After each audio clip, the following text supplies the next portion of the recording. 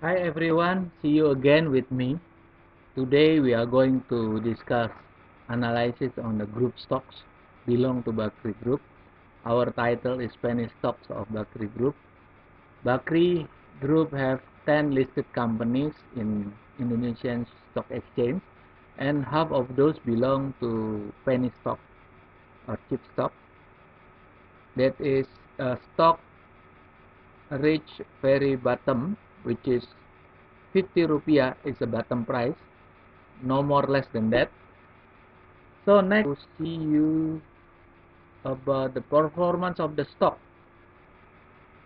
We have 1 2 3 4 5 6 7 8 columns. The name of the code, stock code, subsector, and index. 10 Bakri companies belong to, 5 of them belong to the most liquid 45 index. You see, we divided into two. First half is the price above the penny stock, and the second part is all penny stock. Price is only 50 and the highest is 51. If you see, there is a price today 2013 compared to year before 2012. You see the big drops of each individual stock. If you see Bumi price today is only 22% of the highest price year before. The most deep fell is UNSP or Bakri Plantation, running crude palm oil business, also member of LQ45. The price is only now 11% of the highest price a year before, for 65. Now it's only 51. So what causes significant drop? If you see only Bakri Brothers or BNBR, also member of Liquid 45 Index, the price in 12 months, in the last 12 months, are flat. So they never move from 50. It's all flat.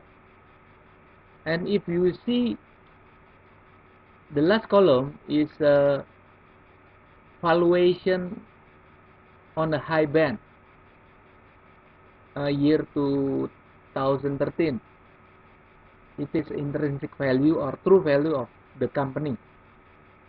If you check 10 of those companies, only 4 have positive intrinsic value and 6 are negative or unable to be analyzed. So what caused the big drop? If we see the valuation, this correct. Almost, or 6 of the 10 companies are very in the unsound performance or very bad performance. Okay, next we check the historical valuation since 2010.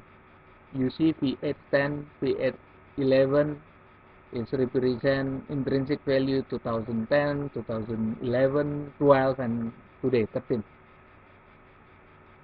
So the historically, like Bumi, the stock, the valuation is reducing over time quite significantly. From 2010, it's almost 5,000. Year after that, dropped to 1,600, and to 2012 and today, negative. even today is a bit better than year before. So since 2012, most of the company are reduced in terms of a value, or a value were dropped. You see, year 2011, if you see the second half, the penny stock, the valuation in 2011, they are all positive. They are all positive. And year after that, 2012 and today, they are all most of the negative. Or at least 2012, they are suffering a big drop in the value. So big drop in the financial performance. Next, we see the financial performance. We have 6 column here, or 6 column. After stock code, we have earning after tax. Next, free cash flow, net current asset, short-term debt, and long-term debt. If we see earning after tax, only 3 company, which is Viva, Enerek, Energi Mega Persada, and then Bakri Brothers, BNBR, they are making money. But the rest are losing money. And the free cash flow, only, some of them like Dewa, Bitel, Brau, despite their negative or their suffering losses, free cash flow are still positive.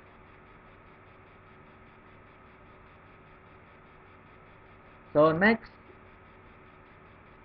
we'll check about working capital and then liquidation value. Liquidation value in this case is we compare current asset, actually specifically net current asset, with the total debt, and working capital is current asset comparing to current liabilities or short-term debt. If we see working capital alone, only 3 companies are positive, meaning current asset over current liabilities. The rest, current asset less than current liabilities. The positive working capital are Viva, UNSP, and BNBR. But working capital alone cannot survive, even though it's positive, in the long-term position, since liquidation value are negative, much bigger than working capital. So it's very difficult the company to survive in the long term, because at the end of the day, long-term debt will have to pay off. The debt will be due, and then they must issue some instrument if they don't have cash on hand or internal cash, so they have to issue a new bonds. So they have to exchange a new bond to pay off the bond which is mature. So looking at this financial performance, the working capital, most of them are negative. All liquidation value are negative, meaning the current asset cannot cover the total debt. So there's a risk in the long term. Capex also quite significant. Only if you see the capital expenditure, only Energy Mega Persada or ENERG a very small capex, meaning they may not do expansion, or they are pending all the expansion, but company cannot do in the long term. If they don't expand in the long term, so they will be dying. There's no expansion, this no dynamic, and they're static. So meaning they cannot develop, they cannot expand the company. The size later on will be decreasing.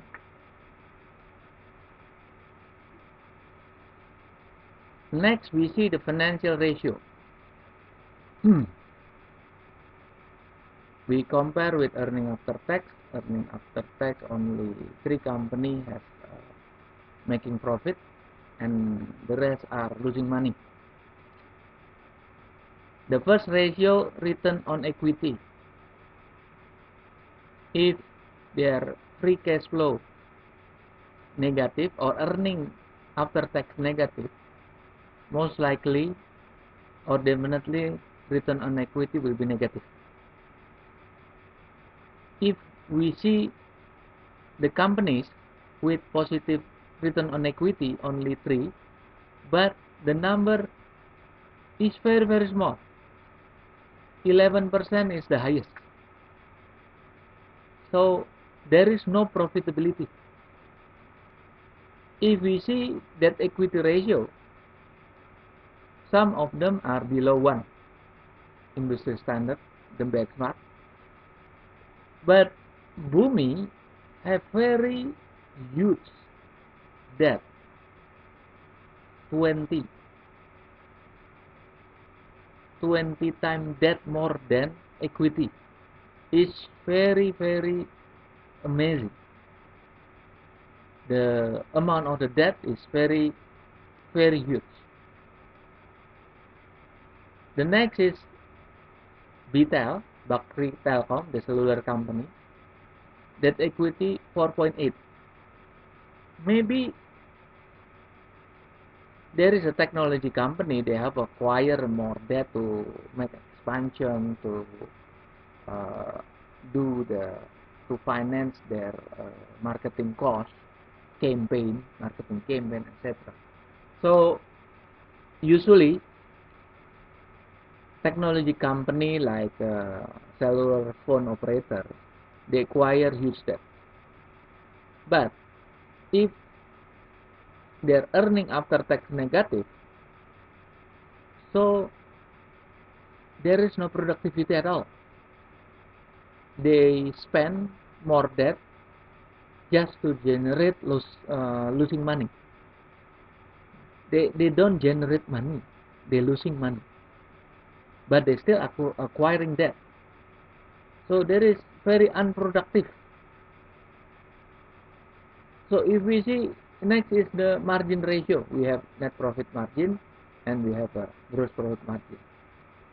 Net profit margin, there is no company in the list is impressive at all. The highest margin ratio, only 6%, very, very small. And 6 of them are negative because they are losing money. Okay, next we see the gross profit margin. There is some strange happening here. Gross profit margin of Berau are 62%, but they're losing money. They are losing money with net profit margin more than 200%. How come? Gross profit margin basically is comparing direct cost to the revenue, cost of goods sold. And net profit margin, they add on the operational cost. So out of 62% of the gross margin, they generate negative 200% profit margin. So it's very huge operating cost. The same thing like detail, Bakri Telkom.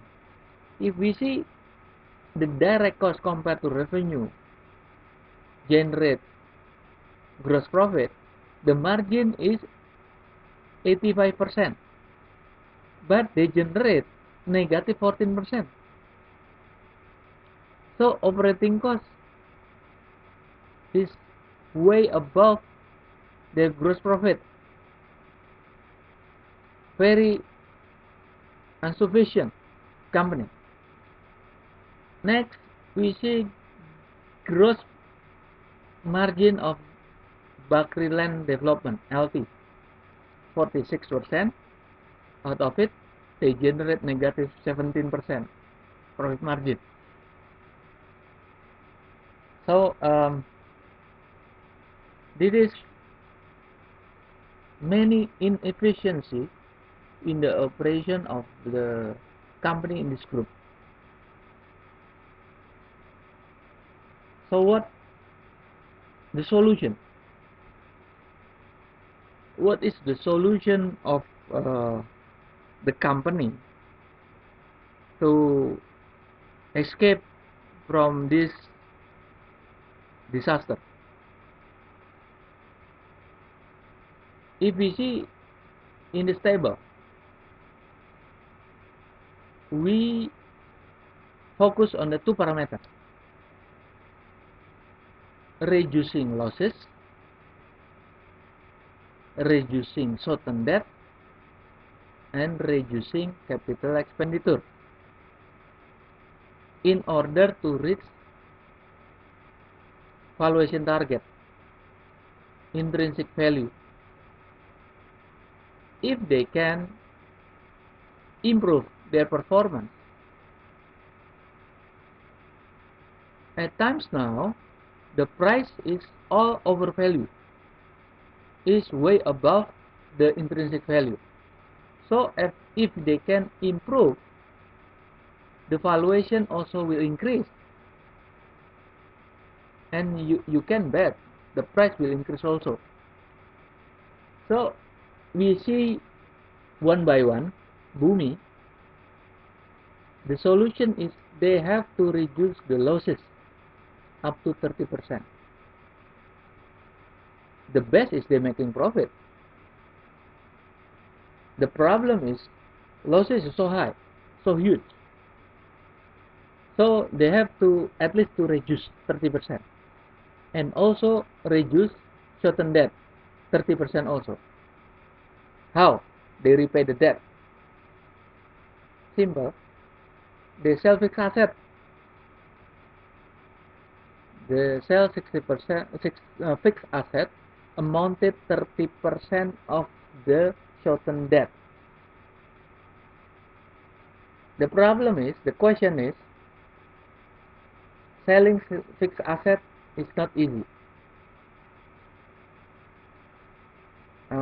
What the next solution? Selling the company share, right issue, secondary IPO, or strategic investor, or they can issue new bonds for exchange offer. The main target is to reduce short-term debt. certain that the company can raise new bonds, promissory notes, acquire new loan, or acquisition, or strategic investor invited to buy some ownership. There is a fund coming in. The fund should be prioritized to reduce the debt 30%. If there is the remaining funds available, is to reduce the loss or to increase the bottom line. The rule of thumb is, if the burden of the short debt decreasing, so who's the benefit? The benefit is bottom line. Bottom line will increase automatically because they reduce the burden of interest rate, interest costs, interest expenses, and related to the loan, maybe installment and etc. So how about next is FIFA. FIFA is actually making money, but to reach the target value in this case is the value that can increase the current price, the current market price. If we see the price at this moment, price of FIFA is 410. So if we want to increase from 410, maybe multiply by certain number because it's market sentiment. So they have to increase earning after tax 2 times or double. At the same time, they have to reduce it also. They have to use the proceeds of the bottom line to pay off the debt up to 20%, to reduce 20%. Next, the RMS, Bumi Resource Mineral. So they are running losses. The solution is they cannot reduce the loss. They must make profit. The problem is this company losses is too huge.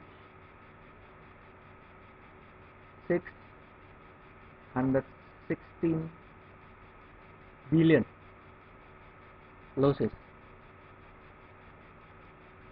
The losses is bigger than net current asset.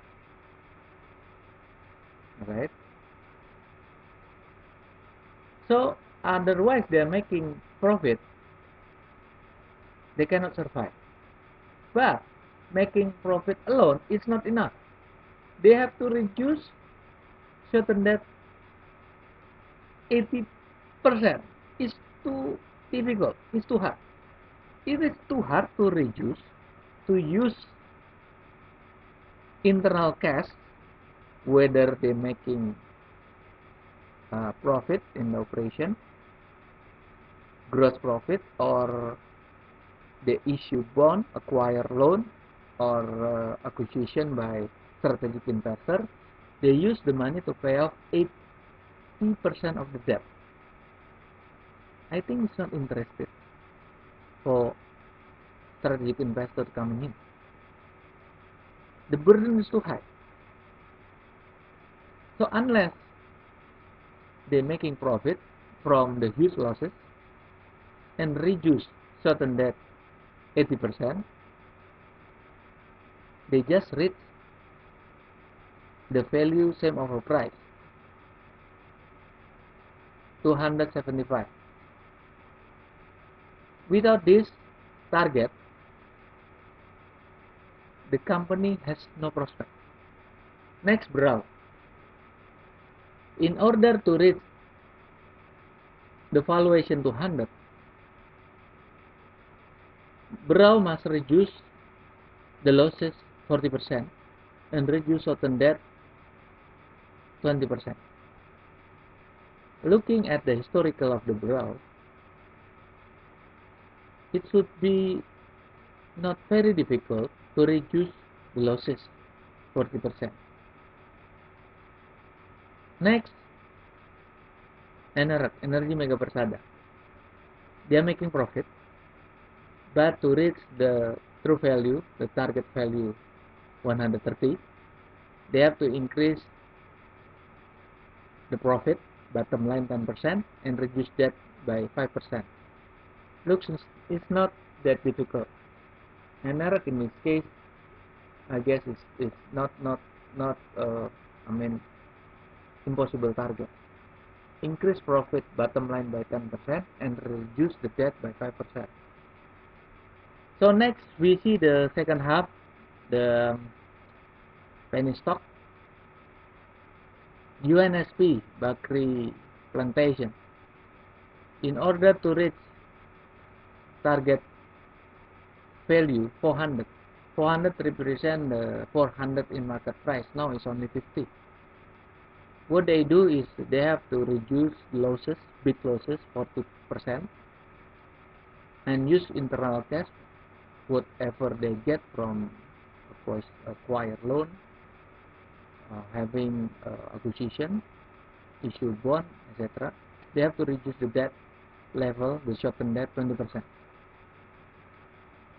BNBR actually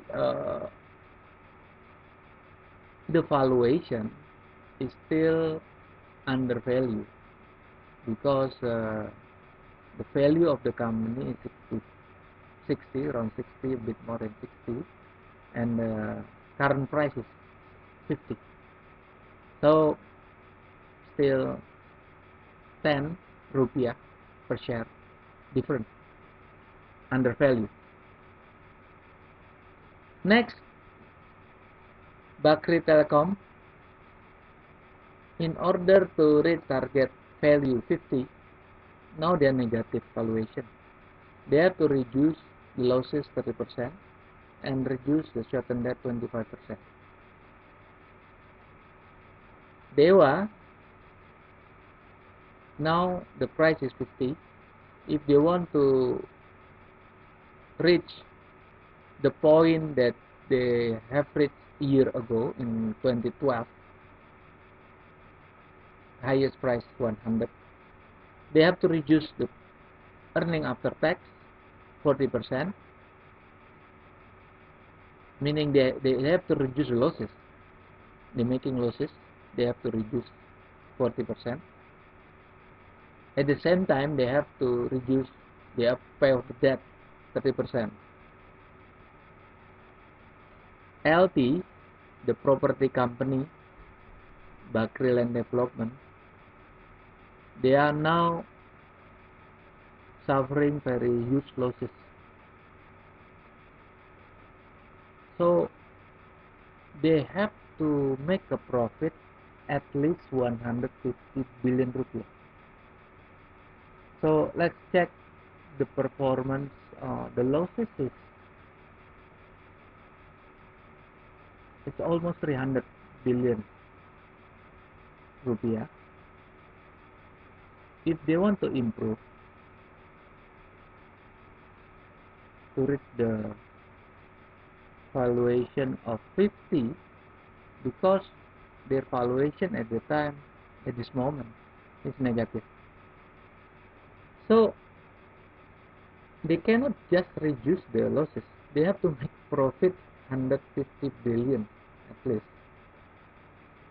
and reduce certain debt 50%. The same time also reduce capital expenditure 55% to reach the value just 50. I guess this company, Bakri Land Development, is the worst. It's very difficult to improve. How can they improve from negative 300 billion losses and turn around to become 150 billion in profit. But not enough. They have to reduce the debt, certain debt, 80%, and also reduce the capital expenditure 55%. I guess it's very hard situation, very difficult situation. So that's why at this moment they are selling off the strategic or the valuable fixed asset to the third party, or maybe later on they ask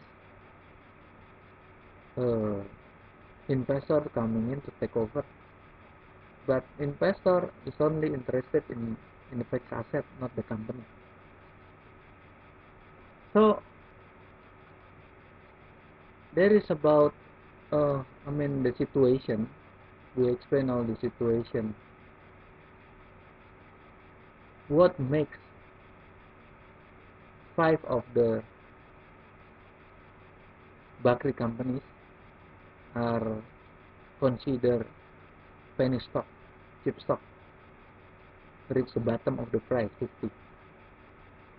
It's difficult to improve. So let's finish up, and then we'll see you next time with me in the next analysis. Thank you.